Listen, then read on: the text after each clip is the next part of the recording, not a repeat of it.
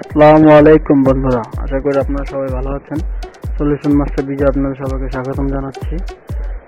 আজকে আমরা জানবো জাস্টিন বিবার সম্বন্ধে কিছু কথা বলবো।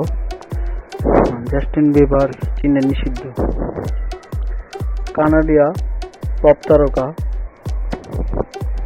জাস্টিন বিবারকে নিষিদ্ধ করেছে চীন। ফলে সঙ্গীত পরিবেশনের জন্য সেই দেশে যেতে পারবেন না তিনি। এর মূল কারণ খারাপ আচরণ। এর জন্যই এই তারকার উপর নিষেধাজ্ঞা আরোপ করা হয়েছে বলে জানিয়েছে Beijing municipal bureau of culture. বিবৃতিতে সংস্থাটি জানিয়েছেন, যারা বিনোদন দেন কিন্তু আচরণ ভালো নয় তাদের পারফর্ম করতে অনুমতি দেওয়া উচিত হবে না। এতে বলা হয়, জাস্টিন বিবার সামাজিক জীবন ছাড়াও চীনে 4 বছর আগে সঙ্গীত পরিবেশনার সময় ধারাবাহিক খারাপ আচরণের অভিযোগ আছে তার বিরুদ্ধে। এসব আচরণ জনসাধারণের মধ্যে অসন্তোষ সৃষ্টি করেছে। বিবৃতিতে আরো বলা হয়, আশা করি তার কথাবার্তা ও চলাফেরা যখন উন্নতি ঘটবে তখন তিনি সাধারণ মানুষের প্রিয় গ্রাহক হয়ে উঠবেন। বেইজিং সংস্কৃতি ব্যুরো ওয়েবসাইটে এই নিষেধাজ্ঞা ঘোষণার পর এক ভক্ত বলেন, জাস্টিন বিবার অনেক পুরস্কার জিতেছেন, তার অবশ্যই প্রতিভা আছে। চীনা ভক্তরা কেন তার প্রশংসা করার অধিকার পাবে না?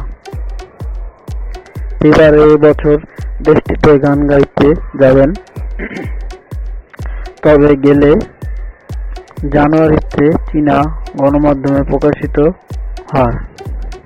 এছাড়া পারপাস ওয়ার্ল্ড ট্যুর এর অংশ হিসেবে সেপ্টেম্বর ও অক্টোবর এবার এশিয়া আসার কথা বিবারের। ইন্দোনেশিয়া, জাপান, ফিলিপাইন, সিঙ্গাপুর ও হংকং এর সঙ্গীত পরিবেশন করবেন তিনি।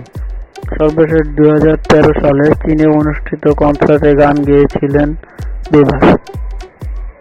তখন নিজের দেহরক্ষীরা তাকে কোলে নিয়ে গ্রেট ওয়ালে গেলে সমালোচনার মুখে পড়েন তিনি। এর পরের বছর জাপানের বিতর্কিত ইয়াসুকিনো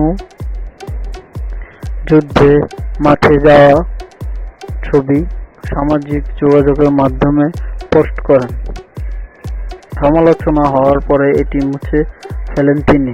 তবে ততক্ষণে ইনস্টাগ্রামে 6,60,000 লাইক পড়ে যায়। জাস্টিন বিবারের আগে চীনে নিষিদ্ধ ঘোষিত হন বিখ্যাত গায়িকা লেডি গাগা, ব্রক ও বন জোভি।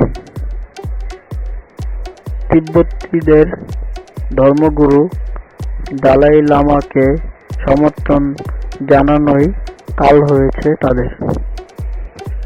ধন্যবাদ বন্ধুরা, আশা করি ভিডিওটি আপনাদের ভালো লাগবে। যদি ভালো লাগে দয়া করে সাবস্ক্রাইব এবং লাইক দিবেন এবং আমার সঙ্গেই থাকবেন। ধন্যবাদ।